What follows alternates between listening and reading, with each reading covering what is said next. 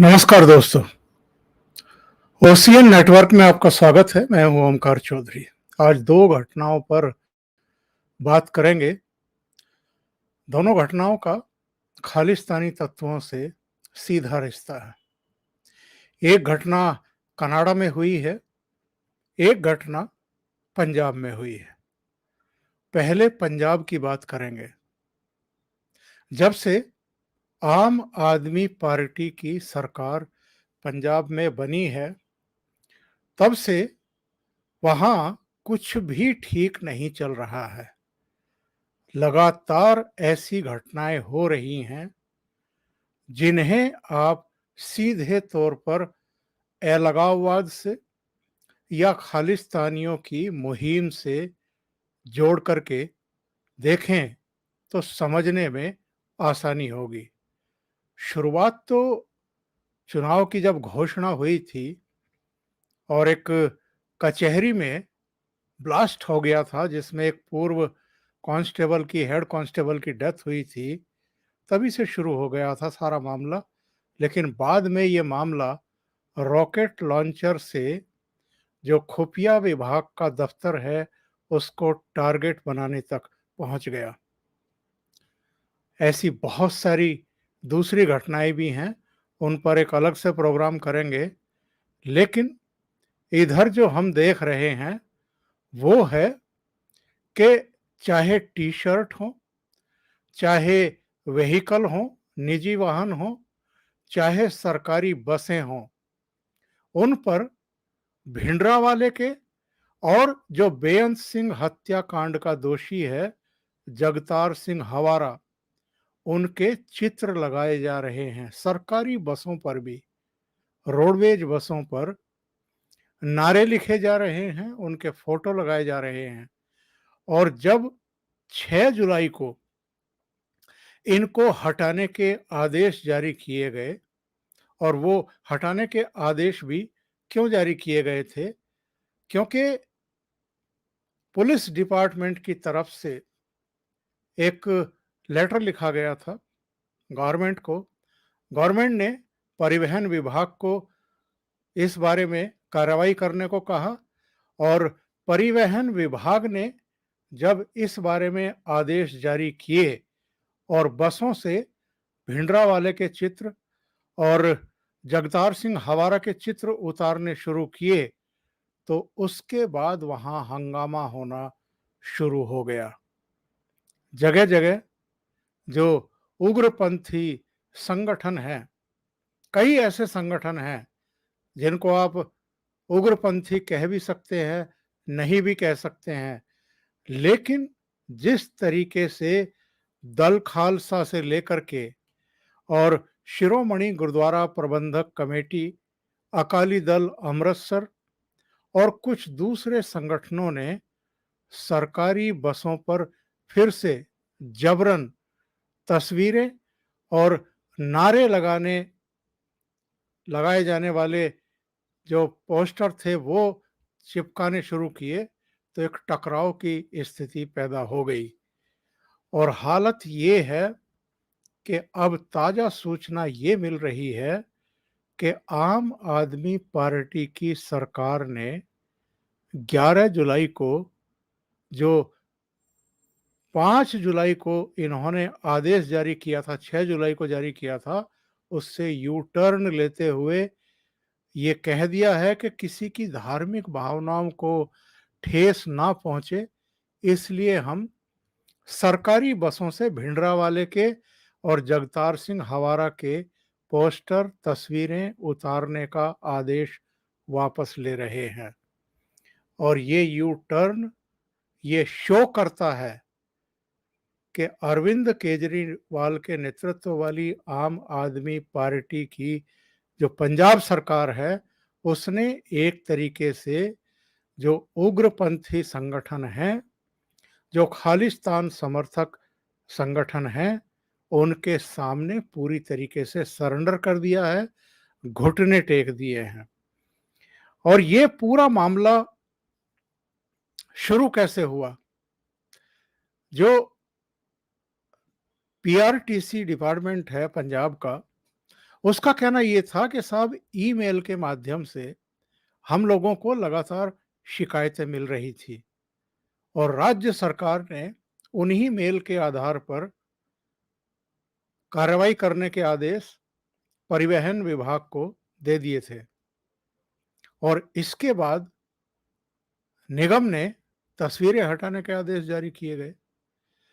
जो नए आदेश जारी किए गए हैं उससे लगता है कि जो जगह-जगह विरोध हुआ है, जगह-जगह जो गाड़ियां रोकी गई हैं, लंबे-लंबे जाम लगे हैं और कई बस स्टैंड पर भी टकराव के हालात पैदा हुए हैं, क्योंकि पुलिस उन 6 जुलाई के आदेशों के इम्प्लीमेंटेशन के लिए उनकी मदद करने पहुंची, लेकिन वहां पर हालात बेकाबू होने की स्थिति आ गए।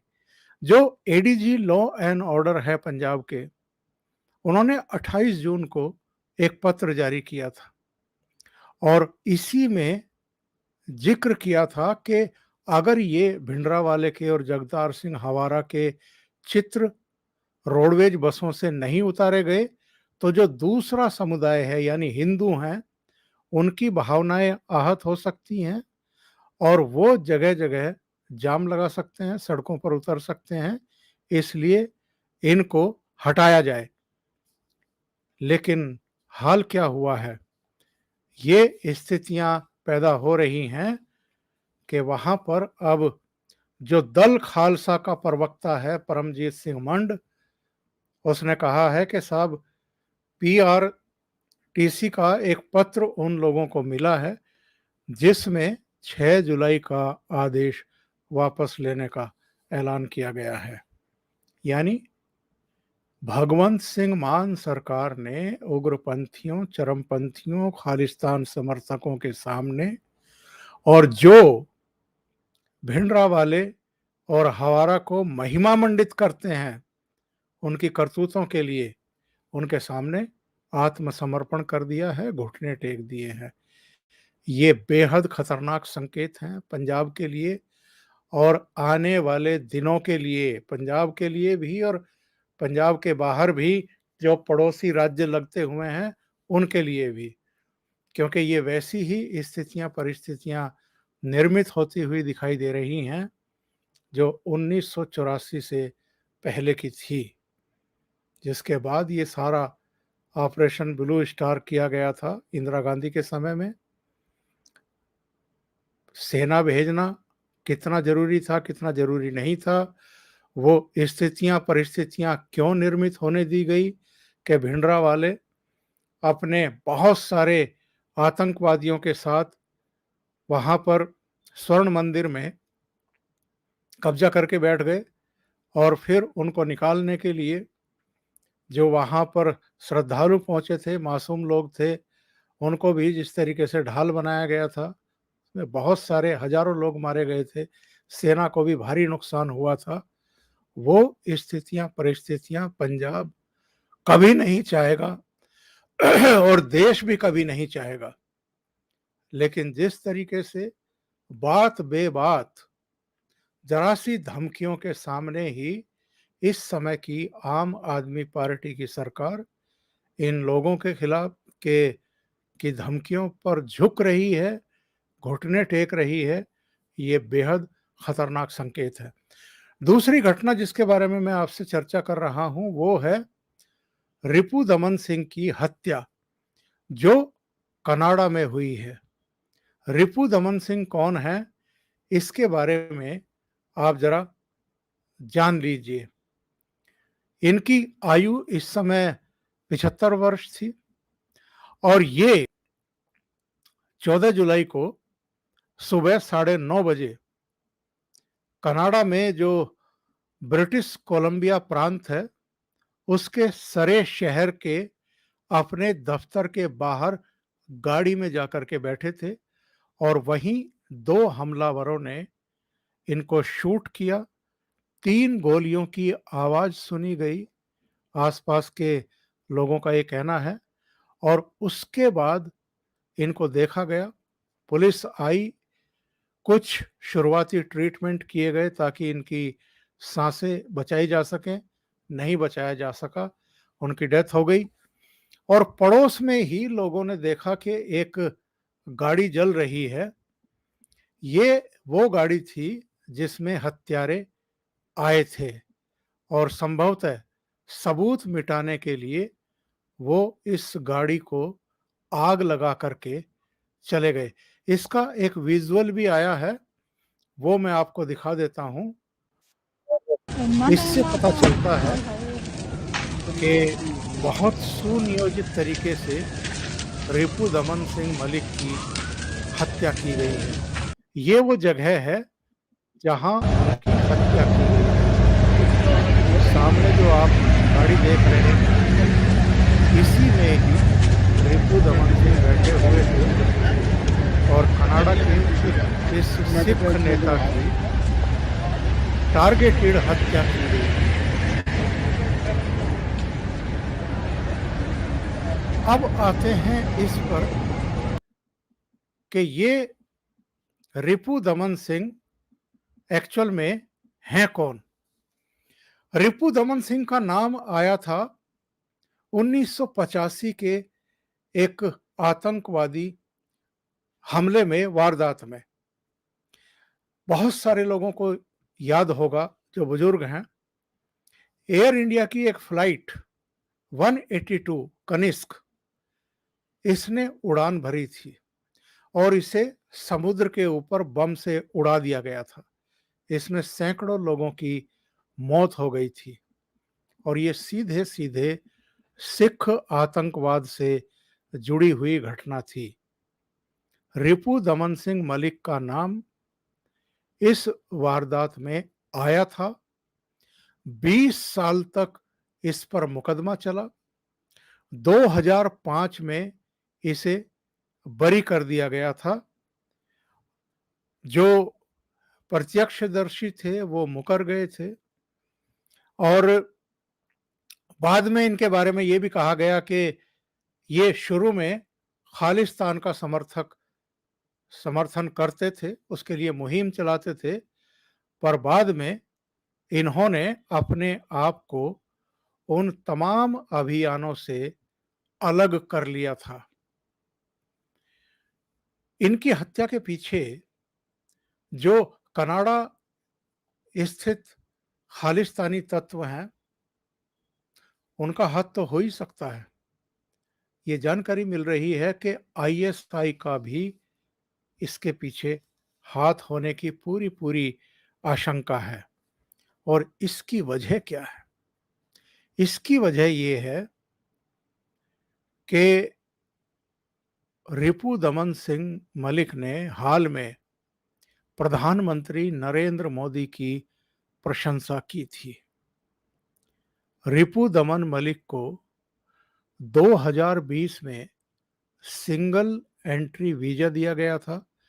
2022 में मल्टीपल एंट्री वीजा भी दिया गया था और हाल में उन्होंने आंध्र प्रदेश, दिल्ली, पंजाब और महाराष्ट्र की कई तीर्थ यात्राएं भी की थी।